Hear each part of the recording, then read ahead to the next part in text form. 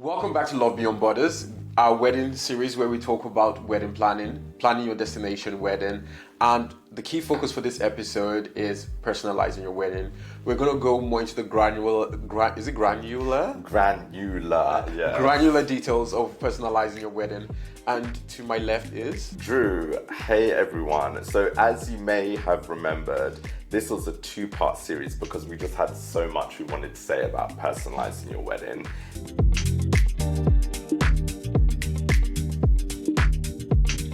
In part one, we talked about what are some of the principles that you can use to bring your idea into reality. We talked about the importance of collaboration, the importance of color, and then the importance of building a mood board. So now you're going to see all of those things actually manifest themselves throughout how we made some very intentional choices, I would say. Intentional choices for our music, for our guest dress code, for our entertainment, and wedding invites. Yes. So we're going to be covering all of that in today's episode. And I guess some of the examples that we were inspired by using our journeys to sort of almost lean into the aesthetic of our wedding was the cocktail names. I think this one, we had fun creating this. Yeah. So personalizing our wedding, we used our story and thought, how can we bring our story into the wedding? And we created cocktails based on different milestones of our wedding. Some of them were the Sangi Martini. We also had the Nixon on the rocks. We had the Campbell Bliss, the Bridge in Luca, and the Lady Godive Ha. And these cocktails got us lit. And each of these milestones was also quite lit. So yeah, maybe in a bonus episode, we'll talk about what each of these names mean. Yeah. So when we talk about personalizing your wedding, the first thing that sets the tone of your wedding is a wedding invitation. This is where guests get an idea of what to expect from your wedding. This is like building the anticipation. You know, the tease that like, ooh, what is this wedding going to be like? Because let's be honest, as much as guests are excited to come to your wedding, they're also secretly judging you. So your wedding invitation sets the tone of what people should expect. So the color you choose plays a part. How you present it plays a part. Even as much as the small detail of where you ask them for gifts and money plays a part. Yeah. So, yeah. Ooh, that gift registry. Yes. And luckily, this isn't even sponsored, but we found the perfect solution to do all of those things. Yes. Build anticipation, set the tone, make your guests feel special, but also deliver key information about your wedding. And we used Appy Couple. So the route that we took is we built a wedding website. We also delivered physical invites, which essentially included information about our wedding website. And the wedding website included everything from the schedule for the few days that we were out there for the wedding, the guest dress code, the what's it called? Gift registry, accommodation options, things to do while you're out there. Yes. It was very detailed. Very well thought out, if we do say so ourselves. And as Tosin mentioned, it was also a way for us to expand on the tone and style of the wedding and what people could expect, which was opulence, chicness, timelessness. But to name a few. Just to name a few. But also it was a great chance for us to reintroduce ourselves as a couple. So we took the time we found this amazing photographer, Shay, and we actually booked ourselves an engagement shoot. And we've been friends with Shay for a while, but it was an opportunity for us to work with him. And we were so happy with the results of the engagement shoot. We'll put up images, but we used these pictures to anchor the wedding website and really to introduce ourselves as an engaged couple soon to be married. I just have to say, I'm very proud of us. Because now I'm going down memory lane of everything we executed. Yeah. Like the amount of detail that went into, like the small details that I think many people were not even noticing. It's like, we really did put a lot. Because to have the photo shoot and use that as the canvas for our wedding website, which also had the tone of the grains, but also had it's like, yeah, we did that. Mainly you, but I feel like I need to take some praise in this. We did that. I'm proud of us. Yeah. Thank you. The next part we're going to look at is music. Now, music plays a very important role in your wedding because smart people like us we basically use music to determine the songs that we want you to remember our day by. So when, for example, Ariana Grande POV for our first dance, I already know that if anybody who attended that wedding hears that song again, they'll be like, yeah, that reminds me of Tosin and Andrew.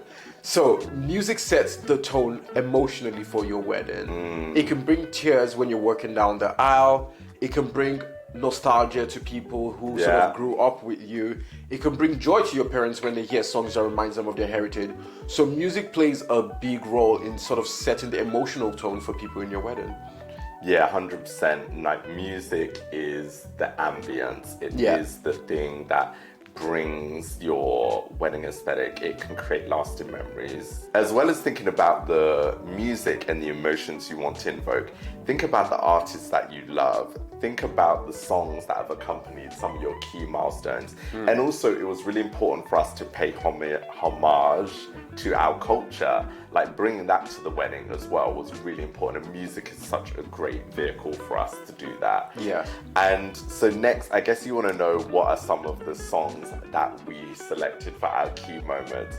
So walking down the aisle, we selected One Republic Secret. And for those of you who know that song, I mean, I went through my indie phase. I had my swoop bang back when I was a teen. And Tracy, I say you went through your own. I had more of an emo phase, not an indie phase. Yeah, but you got into One Republic. Andrew chose that song by himself, and I had no say in this. He chose that One Republic Secrets, and I had to say yes, I loved it. I think the one, it's like our first dance song, I had to fight him for it because he had a song. What did you choose again? Wait, let's go back to One Republic. Yeah. Okay, so the reason why I picked that song to walk down the aisle is because we had a live, what do you call it, like a quartet? It wasn't a quartet, but we had live violinists and a harpist. So we needed a song that sounded good when played through a violin or a harp. And I don't remember how that song just like kind of came into the fore. But I think the fact that that song starts with violin helped me choose it. I wanted it to sound orchestral. That's the word. So that's why I selected that song. And also, the lyrics are about giving all your secrets away. And us getting married, like this thing, us being gay was once a secret. It was about us giving that away finally. And on the global stage, just announcing that all my secrets are gone. Like, this is it. I'm giving away all my secrets for you. So that was what I was thinking about. That's why I selected that song. Oh wow, that's really beautiful. So yeah, he chose that song and I had no say in it. Yeah. But thank you very much for breaking that down. Do you want to talk about the next one, the wedding recessional? Oh shit. Okay, so basically, you selected that one. So basically, I selected this one and he did not have a say in it either. It was Beyonce All Night. Now, for some reason, this song just brings me. It's like when you think of the kind of love you want, endless love. Beyonce All Night, the live version is it the Tidal? Yeah, Tidal. The one that you can't find online because Parkwood just snatched it off of YouTube. That song reminds me of what endless love feels like when it's two of you against the world. And I think that at that moment we're now married. It's like me and you are now not against the world, but we're building this life together. So that was a perfect song, I guess. And before the Beehive come for me, like, listen, I love Beyonce. I wanted some Beyonce involved in our key songs at some point, and that song actually did make the most sense. So I'll give you that. I just didn't want to be too predictable, you know. But nobody expected it. No, people did expect Beyonce though. Yes, but nobody expected it was going to be that song. Yeah, I agree. And then the final song that we're going to talk about was our first dance. So we selected Ariana Grande POV. Do you want to talk about why we selected that song? I think when I pictured myself at that first dance, I want to see you from my point of view, or your point of view. Ooh. I was just like, word. Stillness. Because I don't know what it was. How did we even stumble on the song? Because I cannot remember. First of all, the song you picked was High by John Legend, which is such a beautiful song. However, it did not sit with me as like. We didn't have history with the song. I think we wanted a song that we both connected to and both had history with. Yes. And John Legend felt very much like my history. But POV, I think we thought about it. And we saw the live performance of her POV. Yeah, the live performance. Because I almost wanted to create the feeling like she was singing that to us and she was there. Yeah. And that song gave that. I feel like I'm still manifesting it. I feel like one day we will have her sing that song to us and we'll dance it. Ariana Grande, if you're watching this. Just one performance, POV. Yeah. Just a little cute $500 or whatever. Do it for charity, do it for free.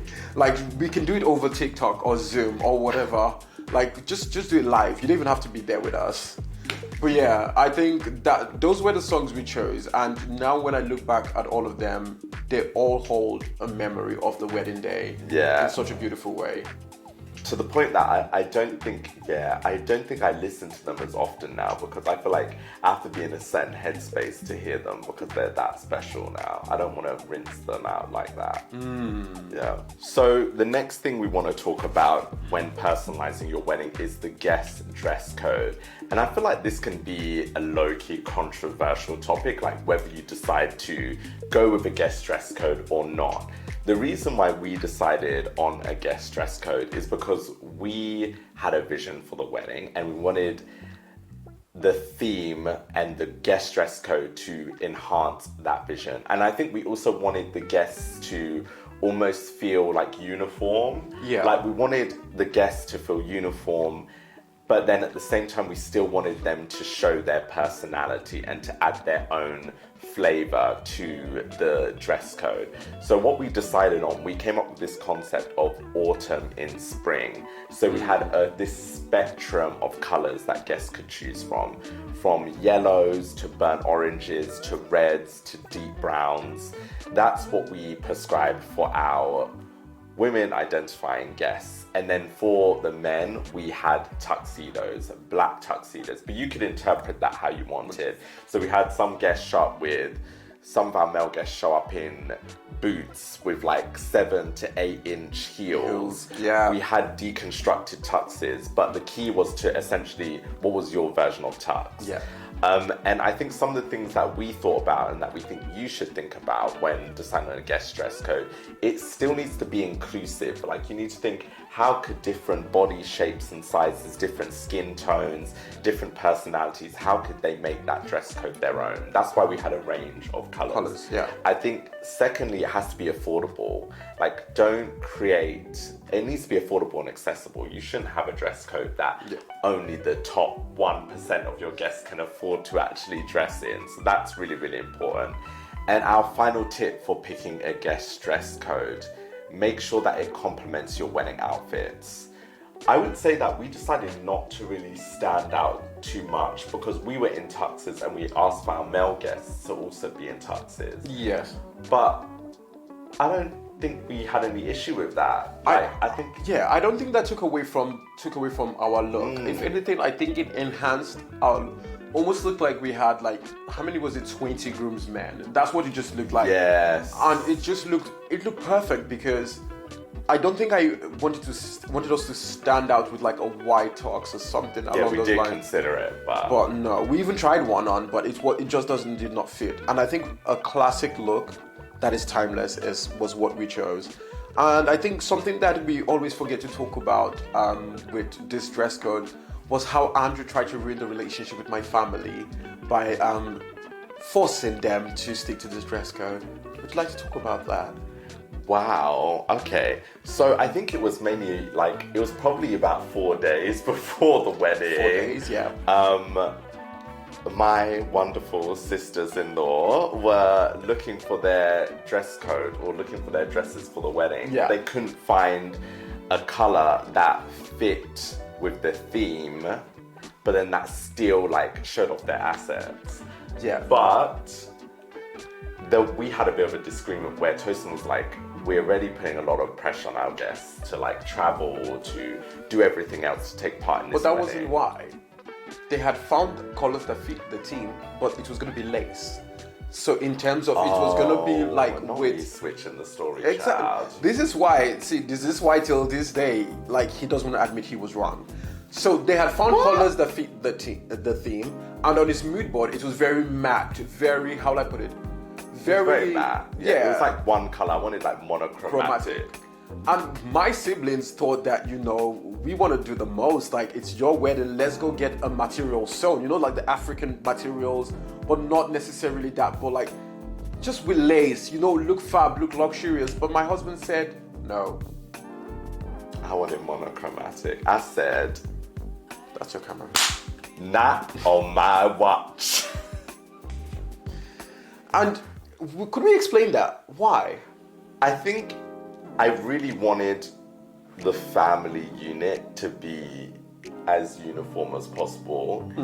And I just knew with the venue, with the decor, that monochrome colors would look the best. Because when you brought everyone together, I mean, you can't deny it, when you brought everyone together, it looked like it looked a lot better. It looked a lot better when you had lace or print, it would just take you out of it almost wanted to look like a continuous color spectrum.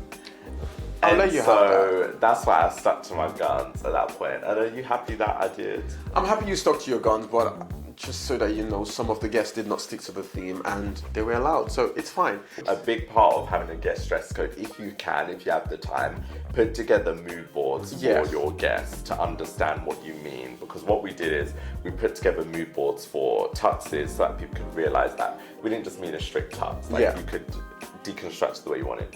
We put together mood boards for the types of colors and the types of outfits that could inspire folks to think through what they wanted to wear. And finally, your dress code can be gender fluid. If people decide, the women decide they want to wear tux, or they decide they want to wear this deconstructed tux, allow it. It doesn't take away from one person doesn't ruin the whole day. If they go off theme with the color and stuff, then that's different, but allow people to be gender fluid with what they wear. Yeah. So, talking about the role of entertainment. Entertainment is what carries the life of the wedding, what carries people through the beginning to the end. Because there are moments, I think we did not realize this, when you get married, you don't realize how slow time is for everybody else. Yeah. Time is going very quickly for you because you're jumping from the pictures to the speaking to guests. So you don't realize that time is like crawling for your guests. So entertainment is what basically carries your guests throughout the rest of the day when you're to fill in the gaps. So for us, we hired the band who did the walking down the aisle and also for the leaving the ceremony. And it was for the drinks reception Exactly. as well. So we kept them on for the drinks reception, which was really good because when we were taking pictures, our guests had a whole full platter of food to eat, conversation. But then the ambience that was set from the string quartets just playing, you could feel like, okay, they felt this was a luxurious experience. Like, they did not notice the time going. And then by the time it was time for dinner, the DJ was already setting up.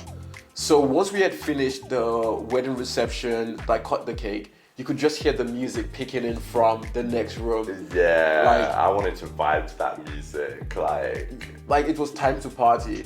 And the key thing for us with our DJ is like judgment-free zone. So we wanted the music to be eclectic in the sense that we wanted it to, of course, play the loving songs, the emotional songs about wedding, but we also wanted to shake her ass for $1. So she knew, like, back to back, like, don't leave anything from voguing. I think you guys had a Vogue off, like, all the way. Like our DJ was incredible, DJ Chloe. So the way I actually found DJ Chloe was, I think I was in Soho House or Soho Studios in Brixton, and she was spinning the decks, and she played me a Beyonce song that I did not know before. And that was the moment that I was like, okay, who is this DJ? And I asked her, do you do weddings? And she said, I haven't done weddings before, but I'd consider it. Yeah. And so we stayed in touch. And yeah, she was amazing. And like, as you said, we had everything from bashment to house to ballroom music to R&B to old school to like Afro beats. Like, she did an amazing job. And one thing that was good is, funny enough, even as a DJ, we met her before the wedding and sat down with her and went through the kind of songs we want for the wedding. I think Andrew created a playlist of the key songs that we wanted to feature throughout the whole evening that she was DJing. So yeah, that's the main thing. Always meet your vendors. It's very important. Meet your vendors. Yes, and what we'll do is we'll link in the Spotify playlist that we used to actually help inform what DJ Chloe played, but she just did an amazing job. So look at the intricate details of personalizing your wedding. The start is your wedding invitation. That sets the tone of what your guests should expect throughout the whole process of coming to celebrate your wedding. And then secondly, music. Music sets the tone emotionally, the ambience of how guests will feel throughout the day. Happy, sad, in love. Like, do not underestimate how much music can make people remember your wedding day. Key songs can be imprinted in people's minds as like, okay, this song now belongs to you and your partner. So figure out what that is. Find songs that are special, not just what every other person has used. And make sure your dress code complements a range of body types, skin tones, and is also complementary to your wedding outfits. And finally, we talked about entertainment. Think about your guest experience. How do you keep them entertained throughout the whole day of the event? And think also about your personality, like what entertainment actually adds to the aesthetic, but also exemplifies your personality and the types of feelings and emotions you want to create on your day. Yeah, personalizing your wedding is something that you should cherish because it is the moment you get to basically build your own vision. It is like the way we saw it is like, this is the moment where everything we want to put on canvas, we can put out there to the world. So I think enjoy the process. Yes. Would be sort of the main advice. Enjoy the process, but don't limit your creativity. Those little things that you've dreamed of planning, those little moments you've dreamt of having, you can include it. And I think, do you know what? Because his vision, outstanding. And I'm very proud of you, like very, very proud of you. Thank you for supporting me with it. No, I had to because you're going to make us bankrupt. Yeah, so true. I had to support you. True. Well, that concludes our two-part series on personalizing your wedding. Don't forget to like, comment, and subscribe to our channel, but also tune in for the next episode of Love Beyond Borders, where we'll actually be talking about, what are we talking about again? We're going to be talking about videography, aren't we? We're going to be talking about our photography and our videography. How can you capture lasting moments through your wedding? And then finally, we're going to be talking about our vows, probably the heartbeat of the wedding itself. So stay tuned. We'll see you in our next episode, and thank you so much for watching.